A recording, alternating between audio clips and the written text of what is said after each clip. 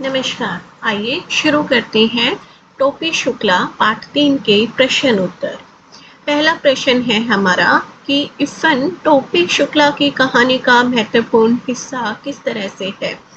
जब चैप्टर पढ़ाया गया था तो ये बात समझाई गई थी कि टोपी और इफ़न दोनों ही बहुत गहरे दोस्त हैं। एक हिंदू परिवार से है और एक मुस्लिम परिवार से है। उसके बावजूद दोनों बहुत अच्छे दोस्त हैं। इफ़न टोपी शुक्ला कहानी का महत्वपूर्ण हिस्सा है क्योंकि टोपी शुक्ला की पहली दोस्ती इफ़न के साथ ही हुई थी। इफ़न के बिना टोपी शुक्ला का जीवन बिल्कुल अधूरा है और इफ़न के बिना टोपी की कहानी को भी नहीं समझा जा सकता। अगर हम कहें कि दोनों अलग-अलग मजहब के होने के बावजूद इतने गहरे दोस्त हैं, एक दूसरे से अटूट रूप से जुड़े हुए हैं, तो इसमें कोई शक नहीं होगा। प्रश्न नंबर 2। इफ़न की दादी अपने पीहर क्यों जाना चाहती थी? इफ़न की दादी पीहर इसलिए जाना चाहती थी क्योंकि वो जमींदार परिवार की बेटी थी और उनके परिवार में, उनके पीहर में घी, दूध, दही की भरमार थी। उन्होंने शादी से पहले भी अपने पीहर में मीन्स मायके में खूब दूध दही खाया था। बाद में उनकी शादी लखनऊ के मौलवी से हो गई, जहां उन्हें अपने मौलवी पति के नियंत्रण में रहना पड़ता था। पीहर जाने पर वे स्वतंत्र अनुभव करती थी और लपट-शपट जी भर कर दूध ही खाती थी। इसी कारण उनका मन हर समय सिर्फ और सिर्फ अपने घर जाने को तरसता रहता था ताकि वहाँ पर आज़ादी से खा पी सके, घी खा सके और अच्छी-अच्छी चीज़ें खा सके। इसलिए वो अपने पीहर जाना चाहती थी। उसे अपने पति के साथ रहना या उनके परिवार के साथ रहना अच्छा नहीं लगता था। प्रश्न नंबर 3। इफ़न की दादी अपने बेटे की शादी में गाने बजाने की इच्छा पूरी क्यों नहीं कर पाई? इफ़न की दादी अपने बेटे की शादी में गाना बजाने की इच्छा इसलिए पूरी नहीं कर पाई क्योंकि दादी का विवाह एक मौलवी परिवार में हुआ था और मौलवियों में शादी विवाह के समय जश्न मनाने या गाने बजाने का रिवाज नहीं होता। प्रश्न नंबर 4। अम्मी शब्द पर टोपी के घर वालों की क्या प्रतिक्रिया हुई? जब वो सब टोपी शुक्ला का परिवार रात को डिनर करने बैठा डाइनिंग टेबल पर, तो अचानक से टोपी ने बोला, अम्मी मुझे कुछ और सब्जी चाहिए। शायद उसने कुछ सब्जी या खाने के लिए अपनी माँ से कहा। उसने मम्मी ना कहकर अम्मी कह दिया या माँ ना कहकर अम्मी कह दिया और जो उसके परिवार वाले थे वो कट्टर हिंदू थे, ठीक है। और अम्मी शब्द मुसलमानों के घर में इस्तेमाल होता है। जब उन्होंने टोपी शुक्ला के मुंह से अम्मी शब्द सुना तो घर वालों के होश उड़ गए। उनकी परंपराओं की दीवार डोलने लगी, उनका धर्म संकट में पड़ गया। सभी की आंखें टोपी के चेहरे पर जम गई कि उनके संस्कृति के विपरीत यह शब्द घर में कैसे आ गया।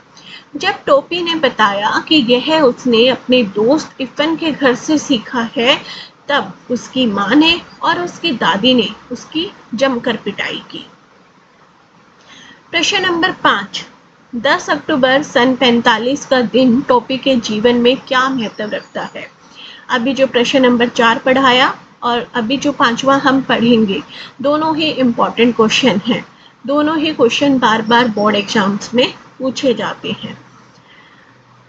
10 अक्टूबर सन 45 का वैसे तो कोई भी महत्व नहीं है, कोई विशेष महत्व नहीं है, लेकिन यह दिन टोपी के जीवन में विशेष स्थान रखता है क्योंकि इसी तारीख को इफ़न के पिता का तबादला मुरादाबाद हो गया था और ये तबादला मीन्स ट्रांसफ़र। यह तबादला इफ़न की दादी के देहांत के थोड़े दिन बाद ही हो गया था। अपने चैप्टर में पढ़ा था कि जब तो इफ़न की दादी का देहांत होता है तो जो टोपी शुक्ला है वो बहुत ज़्यादा मायूस रहने लगता है, अकेलापन फील करता है क्योंकि इफ़न के साथ साथ उसकी दादी भी उसकी बहुत अच्छी दोस्त बन गई थी और वो उसे बहुत अच्छी अच्छी कहानियाँ भी सुनाया करती थी। तो यह तबादला इफ़न की दादी के देहांत के थोड़े दिन बाद ही हो गया था। अब टोपी बिल्कुल अकेला हो गया था क्योंकि इफ़न के पिता की जगह आने वाले नए कलेक्टर के तीनों बेटों में से किसी ने भी उससे दोस्ती नहीं की थी। प्रश्न नंबर 6, टोपी ने इफ़न से दादी बदलने की बात क्यों कही? टोपी की दादी का स्वभाव अच्छा नहीं था, वो हमेशा उसे डांटती रहती थी, फटकारती रहती थी, कभी भी उससे प्यार से बात नहीं करती थी। जबकि इफ़न की दादी जो थी वो हमेशा दोनों बच्चों को, इफ़न को भी और टोपी को भी एक जैसा प्यार करती थी और हमेशा उनको अपने पास बिठाकर अपने गाँव की कहानियाँ, किस्से कहानियाँ सुनाया करती थी, जिससे कि टोपी का भी मन बहुत लगता था। उनके घर में उनका आना जाना उसे बहुत अच्छा लगता था। टोपी की दादी जो थी वो परंपराओं से बंधी हुई थी और कट्टर हिंदू भी थी और वे टोपी को इफ़न के घर जाने से रोकती भी थी। लेकिन जो इफ़न की दादी थी वो बहुत नरम स्वभाव की थी, बच्चों पे क्रोध करना बिल्कुल नहीं जानती थी। इसी स्नेह के कारण टोपी इफ़न से अपनी दादी बदलने की बात करता है। उनकी बोली भी टोपी को अच्छी लगती थी। जिस भाषा में, जिस बोली में वो बात करती थी इफ़न की दादी, टोपी को उनका स्वभाव, उनकी बोली सब कुछ बहुत अच्छा लगता था। प्रश्न नंबर 7, पूरे घर में इफ़न को अपनी दादी से ही विशेष स्नेह क्यों था? पूरे घर में इफ़न को अपनी दादी से ही विशेष स्नेह था।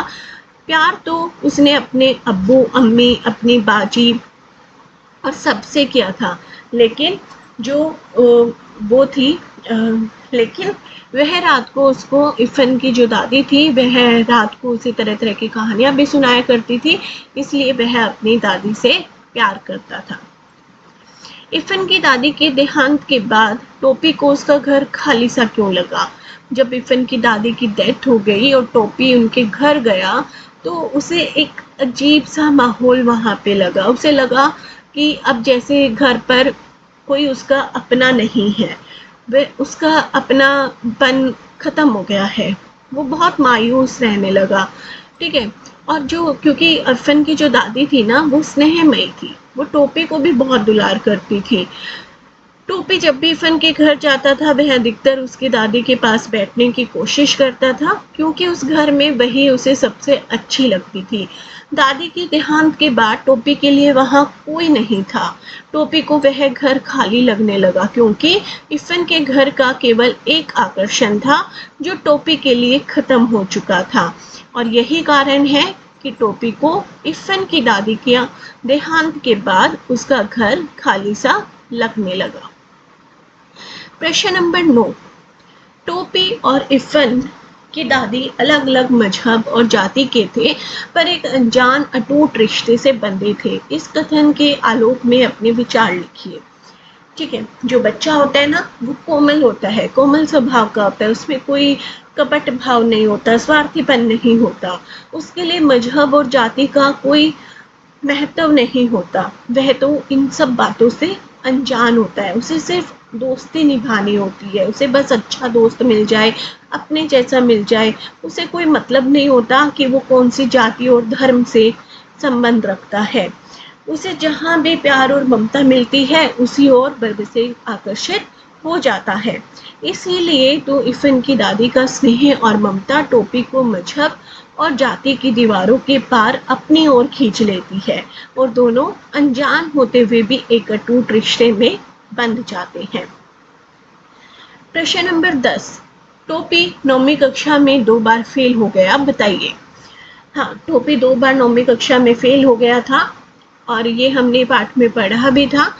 उसके कई कारण थे, क्योंकि जब भी वो पढ़ने की कोशिश करता तो उसे घर वाले रोका टोकी करते थे, ठीक है। हम यहाँ पर 3 पॉइंट हैं, उन्हीं को एक्सप्लेन करते हैं।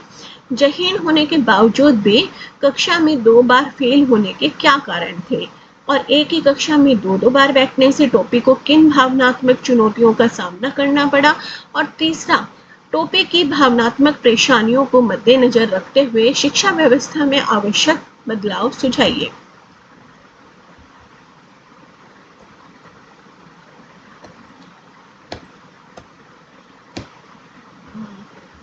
एक मिनट।